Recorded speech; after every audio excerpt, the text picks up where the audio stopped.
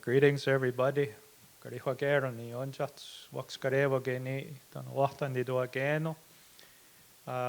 come from Bear Clan family of the Mohawk Nation.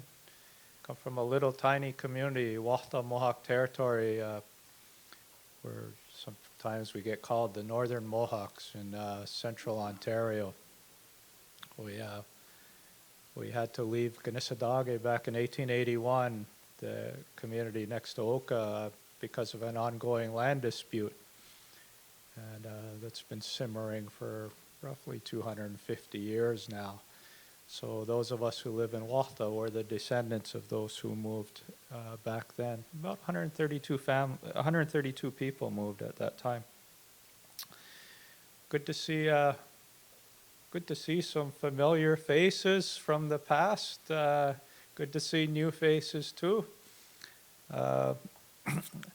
Back many years ago, when the son was young, I used to work at the Assembly of First Nations in the education department.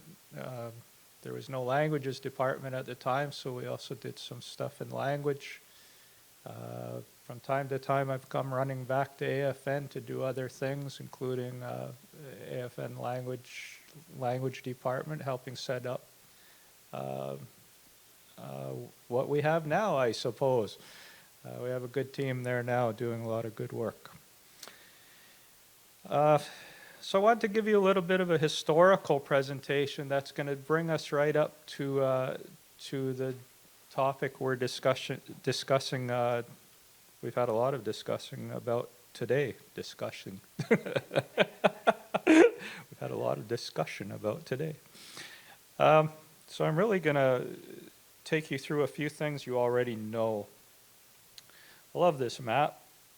Canadian Geographic did this on language distribution. They based it on the 2016 census. The larger the circle, the more the language is spoken in those areas.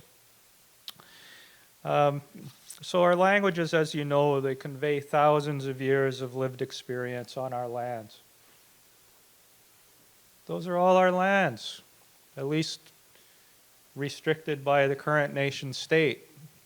And when you look at a map like that, always try to remember that the nations that are close to the south there, they exist on both sides of that imaginary border. And the same up towards Alaska. We get caught up in that sometimes.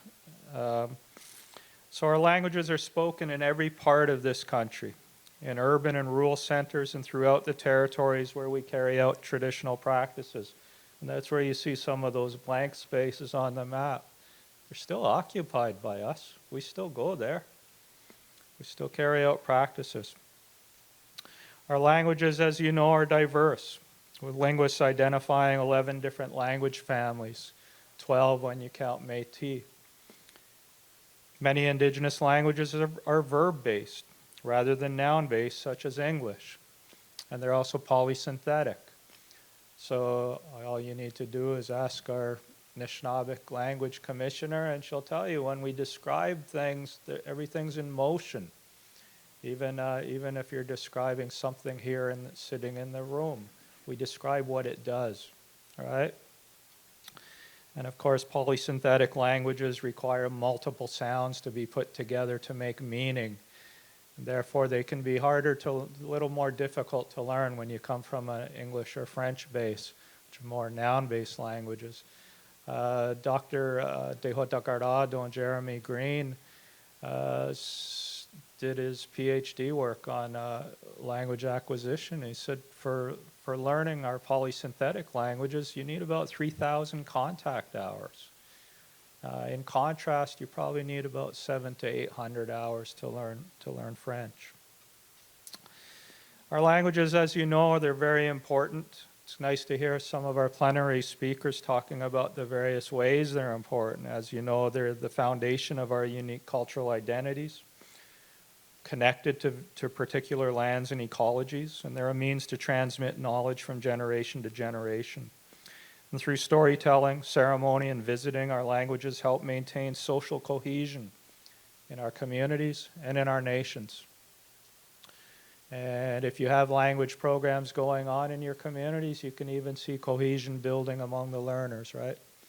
It almost creates a community within a community. Studies show that youth who are involved in learning Indigenous languages experience better education outcomes.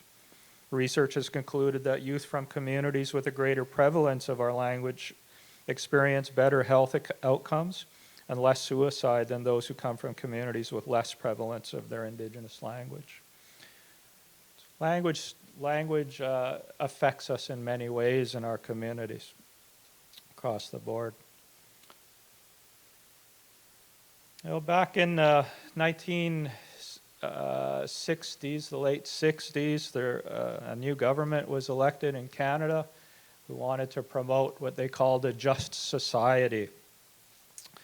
And they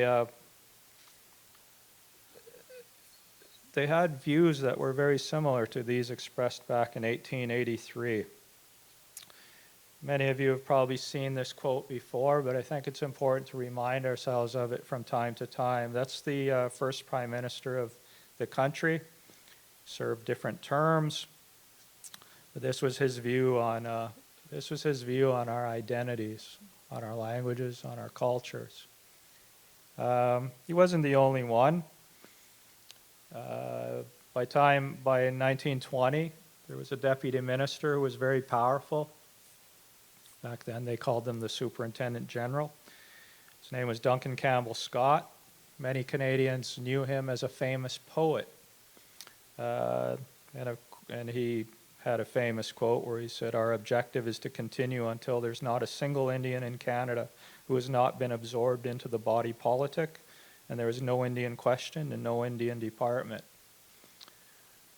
So you have embedded in the fabric of government policy and legislative approaches that were designed to eliminate us, to eliminate our identities, to take our languages away from us, remove us from the face of the earth as a unique people. That view continued in various ways right up into the 60s with the promotion of what was called the Just Society. A policy paper was put forward in 1969 by the federal government of the day to remove our identities in law. We simply know it as a white paper today, this policy proposal. But it inspired us to get together, to reject it. And at that time, we had the creation of numerous organizations, Indigenous organizations across the country. Most celebrate their findings today. They'll go back to 1968, 69, or 1970. In that era, that's when a lot of our organizations were formed, including this one, the National Indian Brotherhood in 1968. This was their first real policy initiative. After fighting the white paper, they issued a document called Indian Control of Indian Education, which called for local control of First Nations education. But if you read that document, you'll see what it really is a statement about the importance of our identities. And language finds its way all the way through that document. It reaffirmed our identities in the face of pressure exerted by Canada to assimilate us. And we were asserting our identities across Canada and even internationally. By 1975, we had the World Council of Indigenous Peoples. One of the founders of that body was one of the founders of the National Indian Brotherhood. Later, and through this whole period of time, the 70s, we're asserting our rights, we're pushing our rights forward. Later, we had an indication from Canada that they wanted to have their own constitution, not simply be an enactment of the British government. And so they had this process called patriation to have their own constitution here. We had some good debates about that as First Nations people. Do we want to have anything about our rights in that document or not? And it led to a strong push to have some kind of content in that document. And that's how we ended up with Section 35, which recognizes and affirms Aboriginal and treaty rights. It was a great period for us. For those who are old enough to have been around at that time, you'll remember all the marches on the Hill, you'll remember all the lobbying that we did. It's probably the first time a lot of us heard the word lobbying. We'd go to meet ministers and MPs, MPPs, MLAs. But there was a downside. We got the recognition of rights in the Constitution, but the governments of the day took the perspective that those rights are meaningless unless somebody puts content to them. And the somebody that puts content to them are a negotiation with those governments where they agree to what the content is, or the courts. And so ever since that constitutional provision was enacted, we've had court case after court case to try to get recognition of our Aboriginal and treaty rights.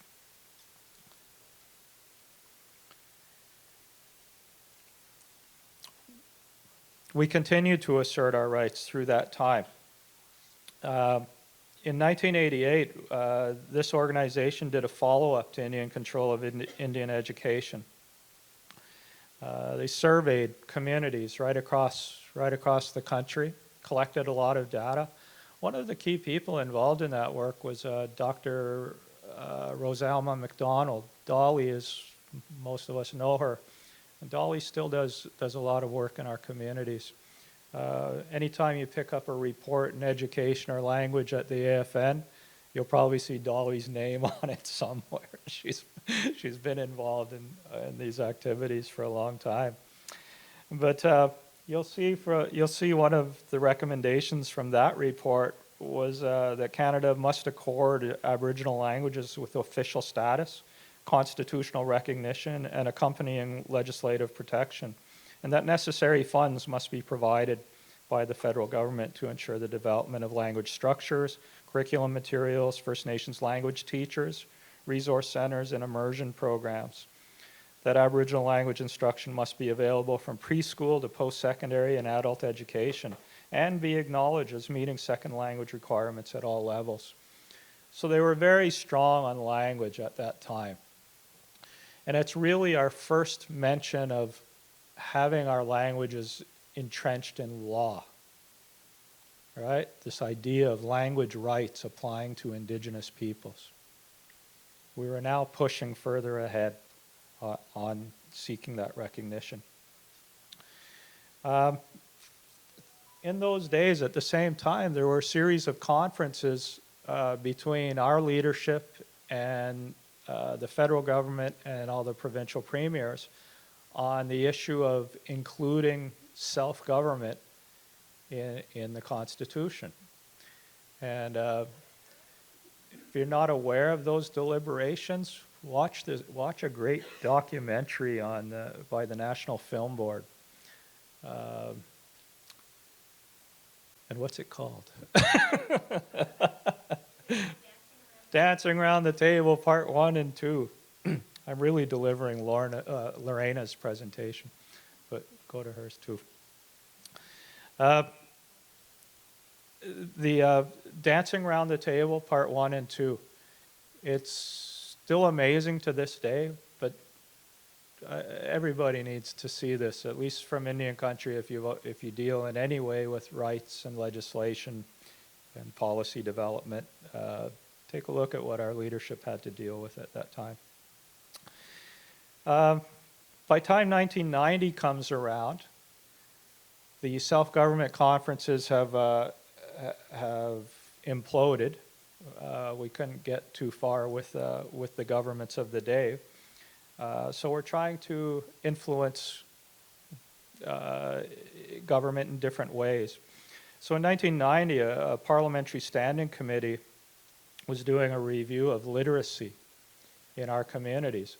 They thought they'd take this simple study, a small study, before they took on a big issue like land claims. That was next on their agenda. Well, little did they know that our people would come to that table and say, hey, we need to talk about Indigenous languages. And so, oh, there we go. So the report ended up being called You Took My Talk.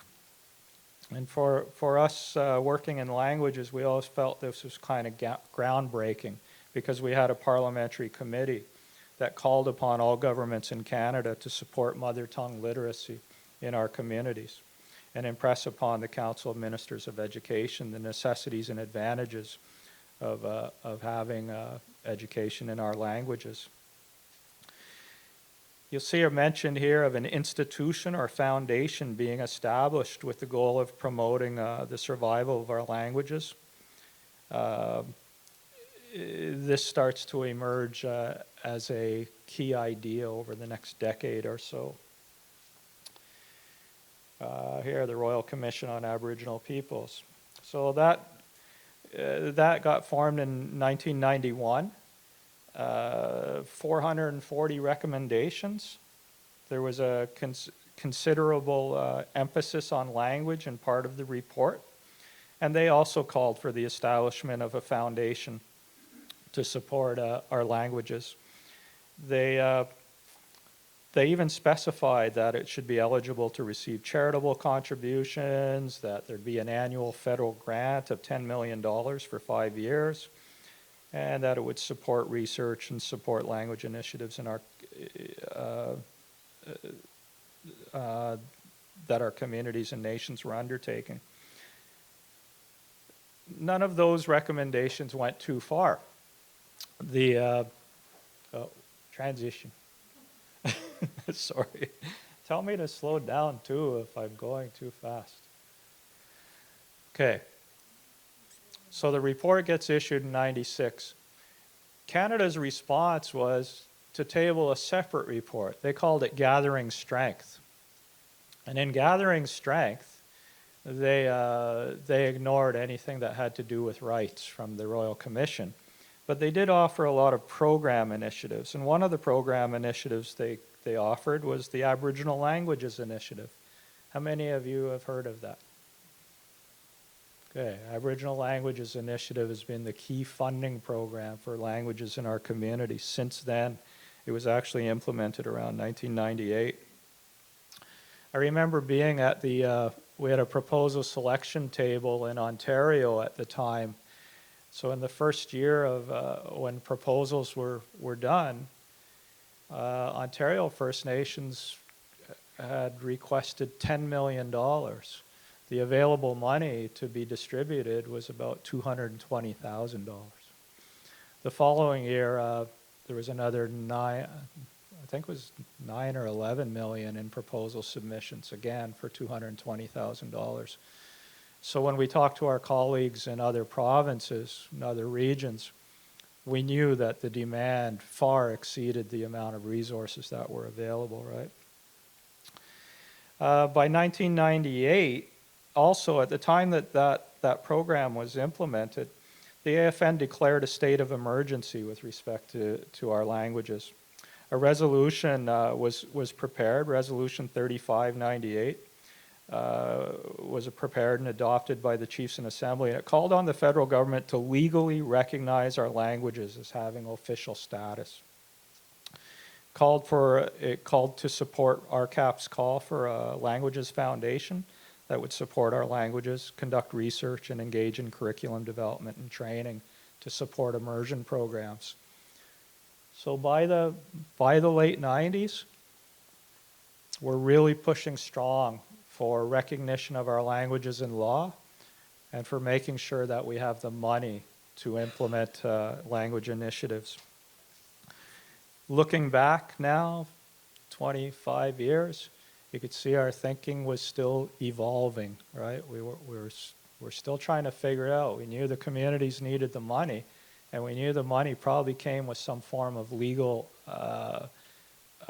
recognition, but we also wanted the respect. We were also looking for the respect for our languages in law. So The notes I made to myself, it actually says slide 7, slide 8. But I'm not actually seeing that because I'm trying to think of what I wanted to tell you, and so I'm not flipping the slides over. So yeah, just remind me if there's nothing there that I'm talking about. Okay, so now we get to the meaty stuff. So in 2002, the federal government announced a new initiative in Indigenous languages. They said they would provide $172.5 million over 11 years for Indigenous languages. Part of that allocation was to create this body, the Aboriginal Languages and Cultures Task Force. And it was to set, its primary purpose was to identify priorities for what to do with that $172.5 million. It's a really interesting report. You can find it online. And it actually became a basis for moving ahead with what now is known as the Indigenous Languages Act.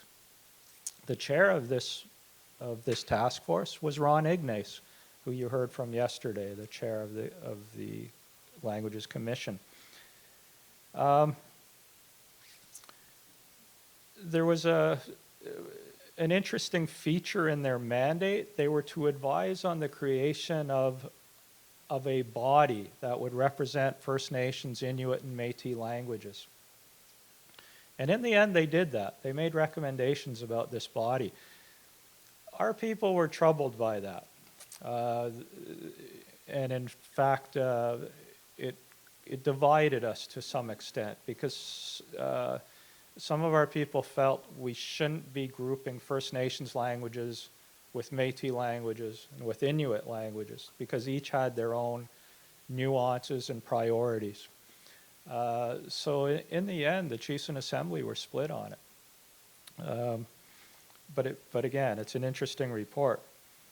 So what I want to tell you about, though, is that commission operated for 2 years.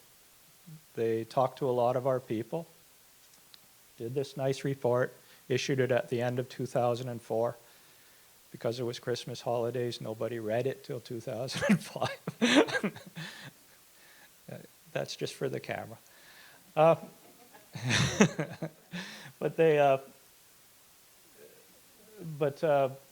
Upon issuing the report, as we're thinking about it, as our people are starting to figure out what these recommendations mean to us, there was a federal election.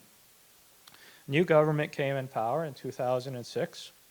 And when we asked them, what's going on with this remaining money and how are we going to implement these recommendations? For several weeks, they wouldn't tell us. We didn't know what was happening. What we knew is they were coming in and they were intending to cut costs. And after several weeks, they finally told us that of the $160 million that was remaining, they said, quote, it was no longer in the fiscal framework. No longer in the fiscal framework. Many of us hadn't heard that terminology at the time. What it means is they told the Department of Finance, we don't have an intention of proceeding with spending that money, so Finance removed it from the budget. What they replaced it with was an ongoing $5 million a year allocation to Aboriginal Languages Initiative, the same money we had been receiving before. So it was quite a blow to our people. We considered it stolen money, 160 million gone, just like that, stroke of a pen. And part of the problem was this is money that was voted by Parliament. They call it parliamentary appropriations. Most money we receive in our communities comes as a result of parliamentary appropriations. These are funds that are essentially voted to enable a department to run, to operate.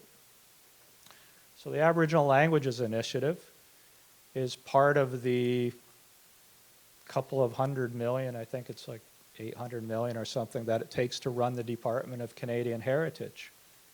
And so within Heritage, they receive it as operational money, but they take some of that money and they give it to the Aboriginal Languages Initiative. Well, what if a government comes in that says, well, we have to fight the deficit, so we have to find places to save money? They could cut it like that. Anything that comes from parliamentary appropriation can be cut if there's enough votes in Parliament to cut it. All right? So we started to change our thinking to look towards statutory protection of funding. Statutory funding, they call it. Funding provided as a consequence of law. Okay? Now, this was the task force recommendation for a law. Legislative recognition, protection, and promotion. That Canada enact legislation that recognizes, protects, and promotes First Nations, Métis, and Inuit languages as the first languages. It calls for the legislation to be developed in partnership, and it must recognize the constitutional status of our languages. And it must provide financial resources for their preservation, revitalization, promotion, and protection.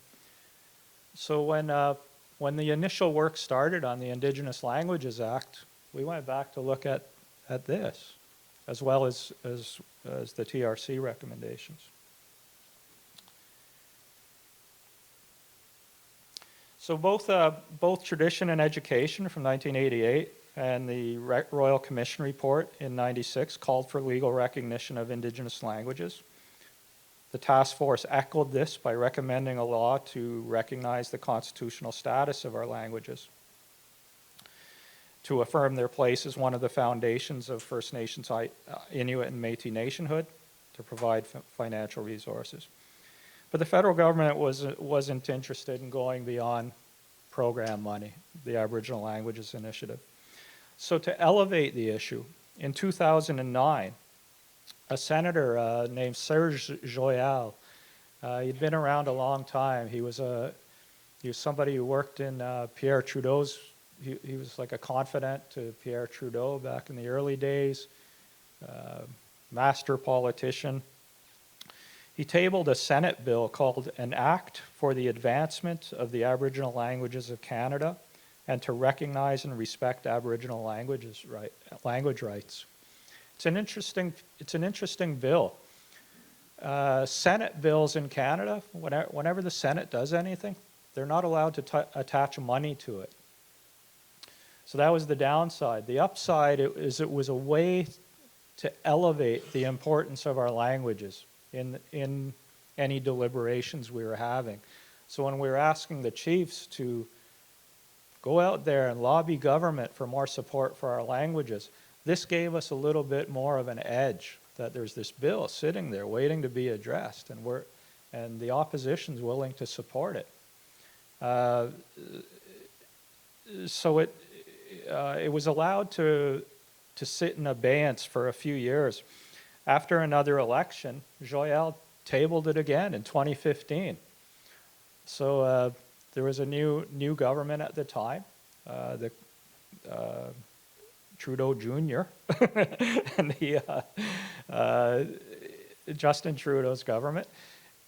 And they had this bill sitting on the table, and they had to figure out, are they going to support it or not? And so it became a bit of a leverage point for us, along with the Truth and Reconciliation Commission, along with other recommendations from the past, to say, look, it's time to provide legislative recognition to our languages.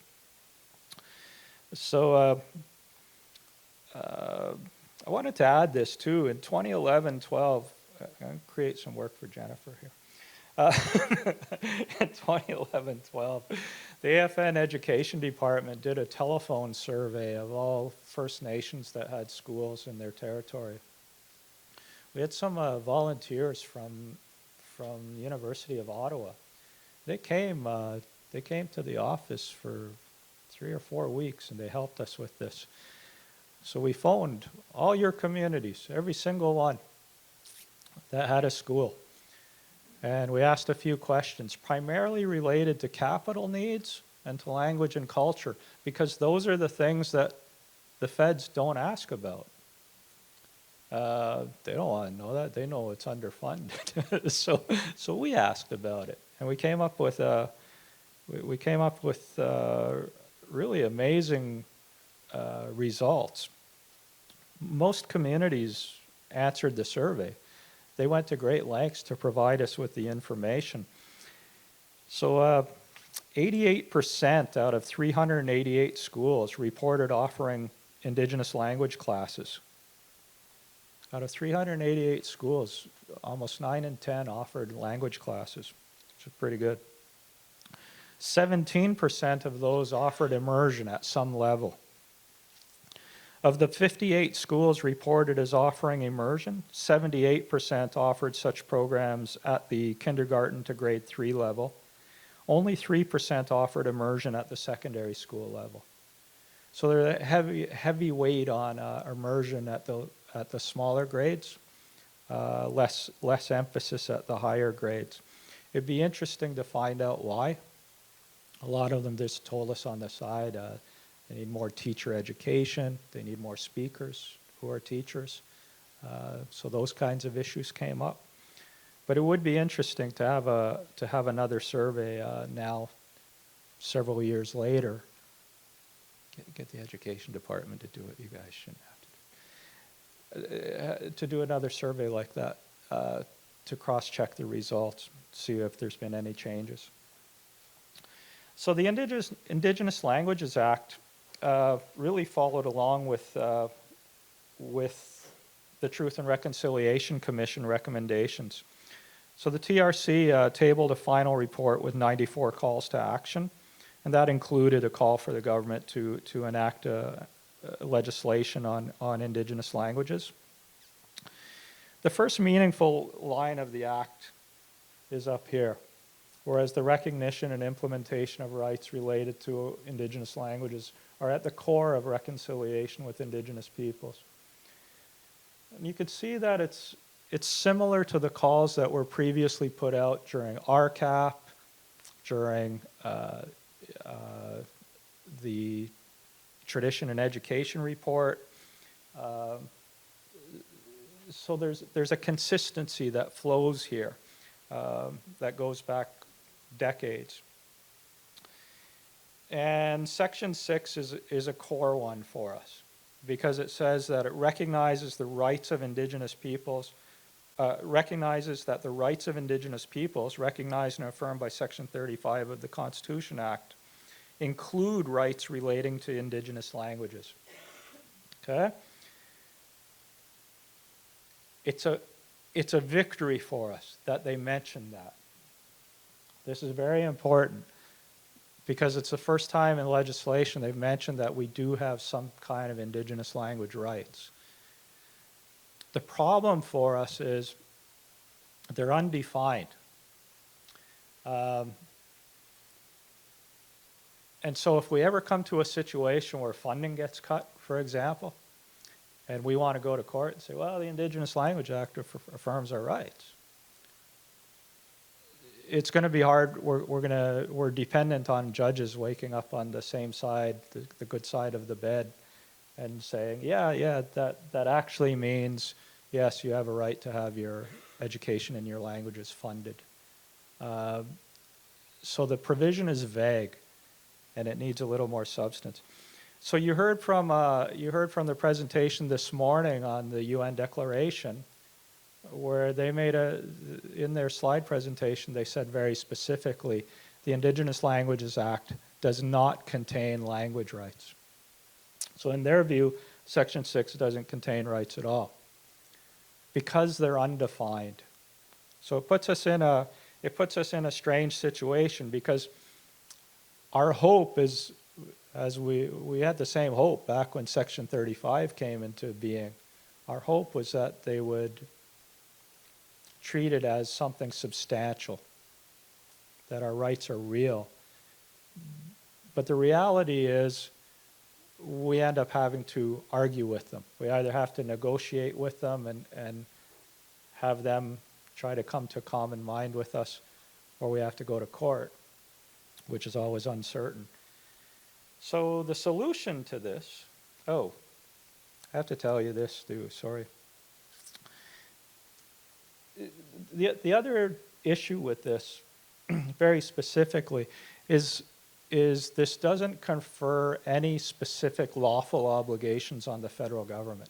So when they look at that, they say, well, what does this mean to us? They interpret it and say, well, it doesn't really mean anything to us. It's almost like we need the law to give them marching orders. All right? So that's what the UN Declaration actually does. When this act was undergoing final review and it was still at the bill stage, Senator Murray Sinclair noted that he was leading this in the Senate, right? He was acting for the government in the Senate. He brought the bill forward. He says, I acknowledge that I'm sponsoring this bill for the government in the Senate, and I continue to look for opportunities to enhance it. He said, one of the concerns I have always had about this legislation, just so you know, and I'll repeat it here, although I have written to you about this, he's talking to the minister, is that this bill does not give and does not acknowledge the enforceability of the right to language on the part of individuals. As a result, we could have the kind of situation where there are groups of students who want to learn the language. They have no way of compelling provinces to require that the language of instruction be provided. So he mentioned that concern directly to the minister when they were at the final stage of approving this.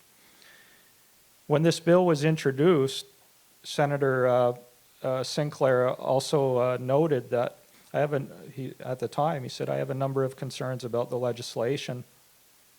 He says, I see that there's no reference to the government's obligation to fund language recovery and revitalization. This is contrary to the provision in the UN Declaration on the Rights of Indigenous Peoples.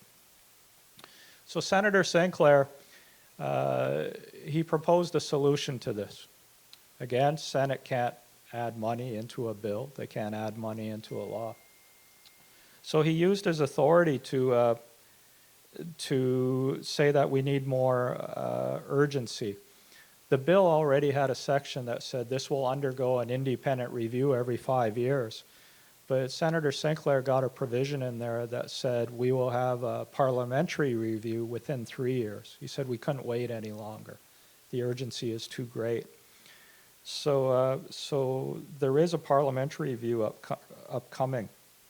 And that should occur before October 1st, 2023. So that will be important for us. You heard about Article 13 of the UN Declaration on the Rights of Indigenous Peoples.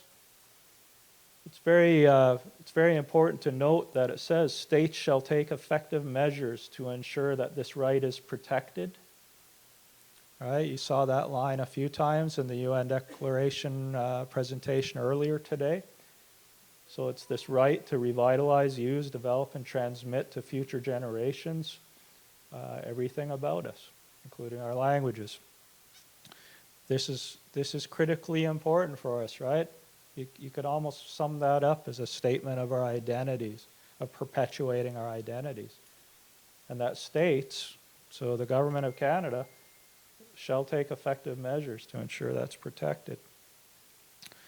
Article 14 reminds us that we have the right to establish and control our educational systems and institutions, providing education in our own languages in a manner appropriate to our cultural methods of teaching and learning, and that states shall take effective measures to have access, when possible, to an education in our own culture and provided in our own language. It's a major obligation, and Canada agreed to that in 2007. So this provides us with some, it should provide us with some willingness from our treaty partner to move forward. So we don't need every right to be spelled out in law. All right? We don't have to go through it and say, well, we have a right to label things in our language. We have a right to converse on the street in our language. We can state things quite broadly. For instance, the right to communicate, the right to be educated in our languages. And it doesn't have to be exhaustive. It doesn't have to be written in a way that says you only have that right, but not any other rights. In Canada, they have lots of court cases devoted to the rights of French and English minority language holders. And the right to be educated in the French language outside Quebec and the right to be educated in English inside Quebec has become an expansive right. Courts have interpreted that as being at the core of identity, and that it means that not only should language be available to be learned, but the entire culture needs to be available and to be learned and to be supported in multiple ways. So it goes way beyond education. So we're not arguing. I'm not arguing here that we need to be exhaustive on what rights to mention in any act, in any legislation. As you know, the UNDRIP review is occurring now. The federal government has to table an action plan by June 21st of next year. What my hope is, a number of us are hoping that one of their first steps will be to amend the Indigenous Languages Act and include provisions from the UN Declaration on the Rights of Indigenous Peoples that respect Indigenous languages, particularly sections 13, 14, 15, and 16. There is a draft resolution for the Chiefs and Assembly. It came to the July Assembly, and it asks the Chiefs and Assembly to make it a priority for this to happen, to amend the Indigenous Languages Act consistent with the Declaration. They didn't have a chance to address it at that assembly, so I understand that resolution will be coming to the special assembly in December. So if you're supportive of that, please ensure your chiefs and councils are aware and make sure they're gonna support that. I think making a move like this is consistent with AFN's history in advocating for the recognition and implementation of our rights. We have always done this since 1968. We have, as an organization, the AFN has stood to affirm our identities. Through the 70s, the Assembly has supported our assertion of our rights into the 80s, into the 90s.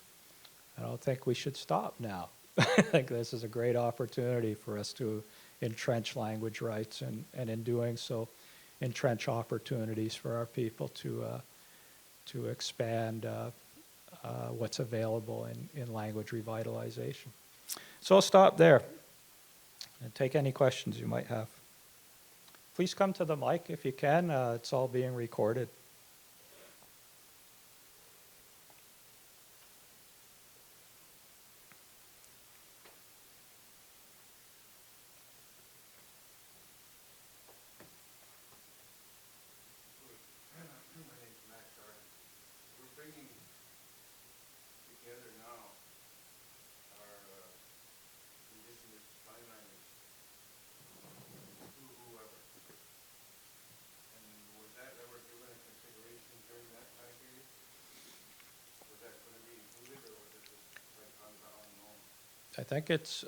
I think you answered for me. I think it's more of an unknown for us at the time.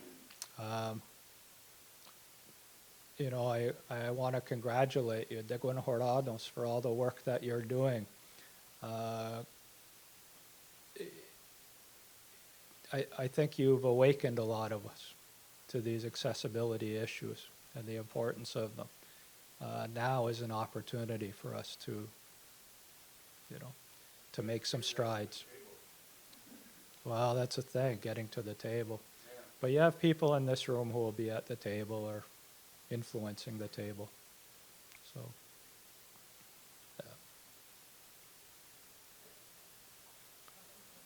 yeah.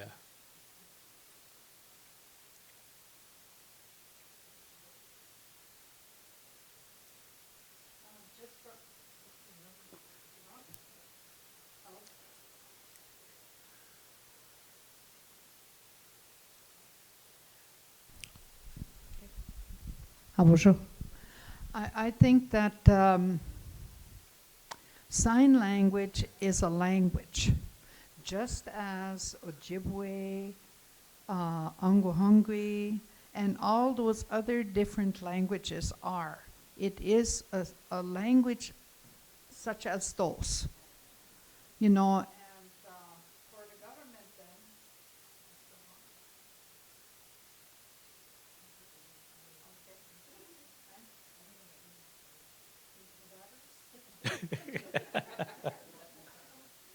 so I think the government has to see that, like that should be stated somewhere where when they talk about indigenous languages,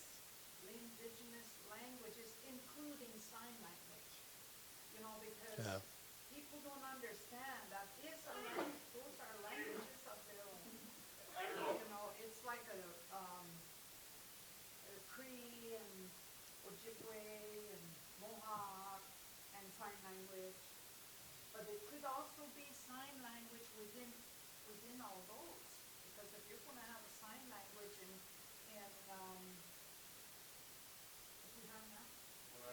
Oneida, you might have to have a sign language in Ojibwe, so there's going to be more of those sign languages. But when it says is providing education in their own languages, bracket, including sign languages. And I think that's what we should have to fight for, to be included in there. That's my thought.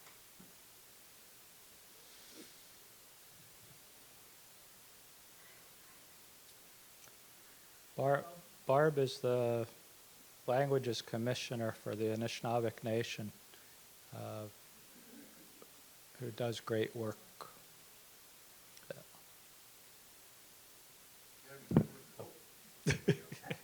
Oh, we lost it. I didn't eat it. But you broke it. But I broke it. There was no development of Oneida Sign Language. Some of it was based on plain sign language. Because we knew it was universal. It was a universal language among the tribes because of the different dialects. So Buffalo, things like that were discussed in various things that they recognized what they were talking about, even though it was being spoken through a different language. So the universality of that language can be so prevalent in today's society within the same dialect that it was in before. But we didn't want to stay close to the American Sign Language. We wanted to be far removed from that. So there wouldn't be cross interpretation or a misunderstanding or whatever. And some of it was just plain rude and racist. So we just pointed those out right away. But we expanded upon that to our own environment, to taking the birds, to taking the eagles, to taking the frogs, and explain all of that with those signs. That's beaver. It's not hard, it's pretty simple. And then you see, you can identify right away what that is. If you open your mind up a little bit. Yeah. And so that's been the backbone, I guess, to the structure of our continued efforts to make that language. And it's not just Marcia and I doing it, it's other people in Oneida that are deaf. Our children and our grandchildren have all been supportive and encouraging and we want to learn. And then on top of that, also with the speaking language instruction, sometimes they can't remember the word. But I show you beaver, you're going to remember that right away. So there's immediate identification with the meaning of the word and the structure that's coming. There's a lot of research, and we've done it from coast to coast to coast. And we've gone, just the other day we were in South Lake, northern Ontario, and the lady showed us the catfish. That was come from her grandmother and grandfather. Oh, wow. Catfish. And the other one was pickerel, walleye, because they fight so hard. To get it, when you get them on the line, they're going to fight to beat it, they'll get away. So it was just those, and she said, "Oh, I remember when you guys come here. I remember my grandmother. I remember my grandmother saying those things." So that's the way it's been right across Canada. Turtle Island, as we call it, this part anyway. So it has been there, and the word revitalization and things have been brought forward, but for me, it's like resurrection, because Christian people, Los Lunis, can understand that word right away. Oh yeah, 3 days, boom, he's up again. So it took a little longer than 3 days, but it's up again. Don't go. Yeah. I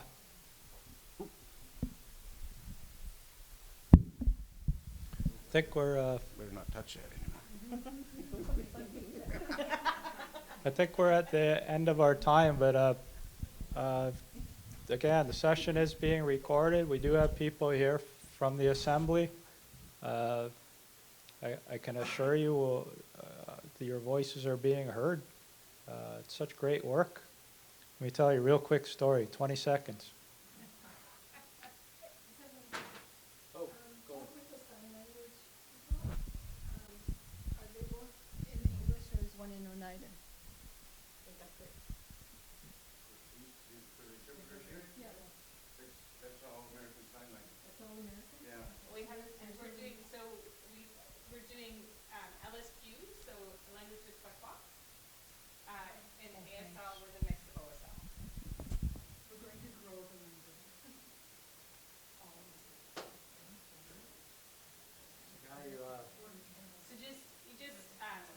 So that's why I was saying earlier this morning, in an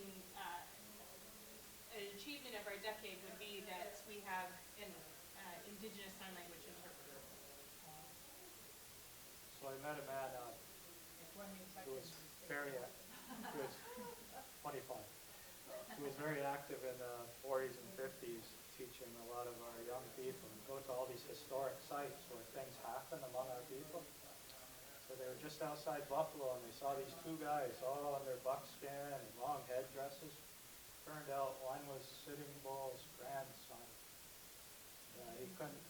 He was deaf, and they said they communicated by sign language because this guy knew a little bit of our old style sign language. So I've given Marie the name and a resource to try to look up, because what I recall was a resource he did where he showed some of the signs. So I'll look. I might have to send it your way, but I think it's publicly available. But he blew me away with that story, right? He said those Lakota guys, they could sign real quick. It was plain sign language. So yeah, still important, still active, and important to learn more about. And if we can add that to this kind of language learning too, all the better.